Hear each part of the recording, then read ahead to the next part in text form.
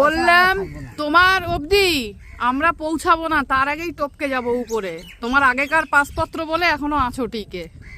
ও দিদি, হ্যাঁ তোমাকে ছেলে মেয়ে আছে, হ্যাঁ, তোমাকে চাইতে দেখবে। আমার এই যে ছেলে মেয়ে নেই, আমার এই যে ভগবান দেয়। তোমারে কিডা কইছে আমাকে সল মাইতে দেখবে না? চল মেয়ে তো দেখবে না। না না, এখন সল মেয়ে আর দেহে? আমাদের ছেলে মেয়ে নাই, আমাদের ছেলে মেয়ে নাই। নাই নাই, দেখবে। থামা, তোমার নাম কি? হ্যাঁ? তোমার নাম কি? আমার নাম তো তুমি কেন? না শুনবো, ভাল লাগবে। আমার নাম হলো দ্রৌপদী। দ্রৌপদী? দ্রৌপদী। আর পঞ্চপাণ্ডব কোথায়? হ্যাঁ?